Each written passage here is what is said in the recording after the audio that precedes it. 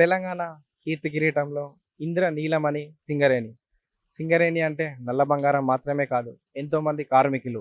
ఆ కార్మికులకు సమస్య వస్తే నేరుగా యాజమాన్య దృష్టికి తీసుకెళ్లాలంటే ఒక సంఘం కావాలి. సింగరేణిలో కార్మిక సంఘ ఎన్నికలు జరుగుతున్నాయి. అసెంబ్లీ ఎన్నికల్లో ఏఐటియుసి మరియు ఐఎన్టీయూసి దోస్తీ చేశాయి. గత ఎన్నికల్లో ఏఐటియుసికి ఐఎన్టీయూసి మద్దతు ఇచ్చింది. ఈ రోజు జరుగుతున్న ఎన్నికల్లో ఇరు వర్గాలు ప్రత్యర్థులుగా పోటీ పడుతున్నాయి. సింగరేణిలో 1998 నుండి 2017 వరకు 6 సార్లు గుర్తింపు ఎన్నికలు జరిగాయి. అందులో 3 సార్లు సిపిఐ అనుబంధమైన ఏఐటియుసి గెలిచింది. ఒకసారి కాంగ్రెస్ అనుబంధమైన ఐఎన్టీయూసి గెలిచింది. 2 సార్లు టీబీజీకేఎస్ గుర్తింపు సంఘం గెలిచింది. ఈ రోజు జరుగుతున్న కార్మిక ఎన్నికల సంఘంలో సింగరేణిలో ఏ సంఘం జెండా ఎగురుతుందో చూద్దాం.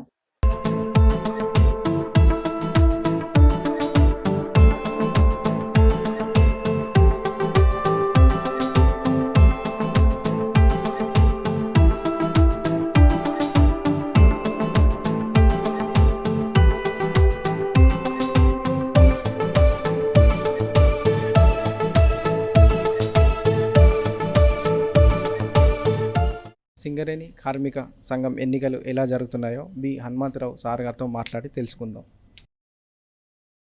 నమస్కారం. సింగరేణి వ్యాప్తంగా ఉన్నటువంటి 11 ఏరియాలలో కూడా కంపెనీలో ఉన్న 39,773 మంది కార్మికులకు 13 రిజిస్టర్డ్ యూనియన్ సంఘాలకు ఈ రోజున పోలింగ్ నిర్వహించడం జరుగుతున్నది.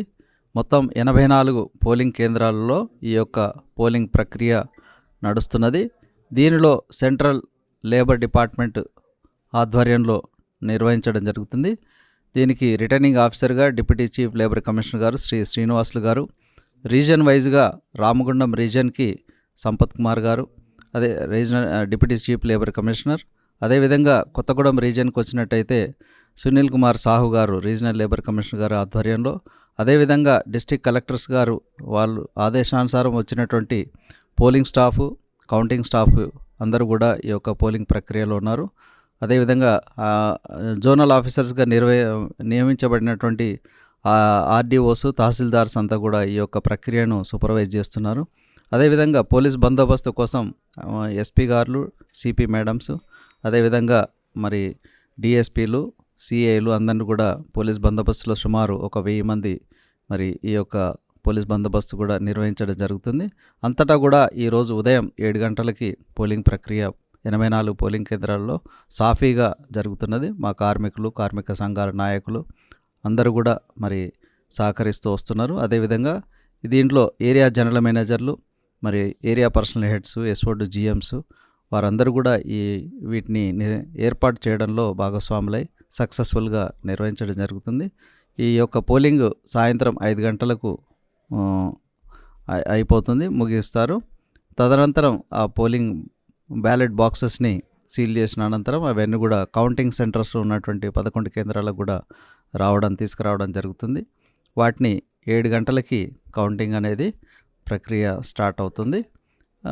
రిజల్ట్స్ అనేవి మనకు రాత్రి 11-12 గంటలకల్లా అన్ని ఏరియాలే వస్తాయి.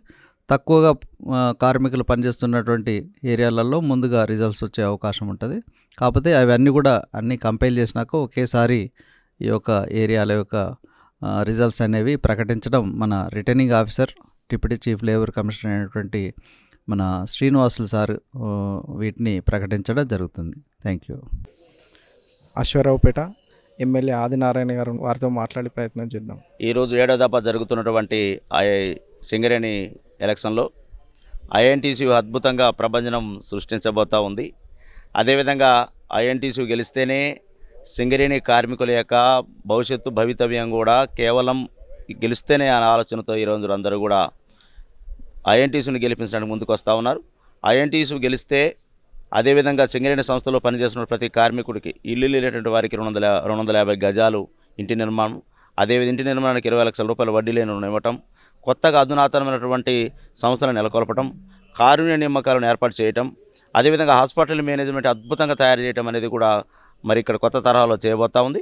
కాబట్టి దీనికి అన్నిటి కూడా ఇచ్చినటువంటి హామీలు నెరవేర్చేది కేవలం కాంగ్రెస్ పార్టీకి అనుబంధమైనటువంటి ఐఎన్టీసీ వల్ల సాధ్యమైందని చెప్పేసి ఈరోజు అందరూ కూడా ఖచ్చితంగా ముందుకు వస్తూ ఉన్నారు. ఈరోజు అత్యధిక మెజార్టీతో ఈరోజు ప్రబోధనను సృష్టించబోతా ఉన్నాం.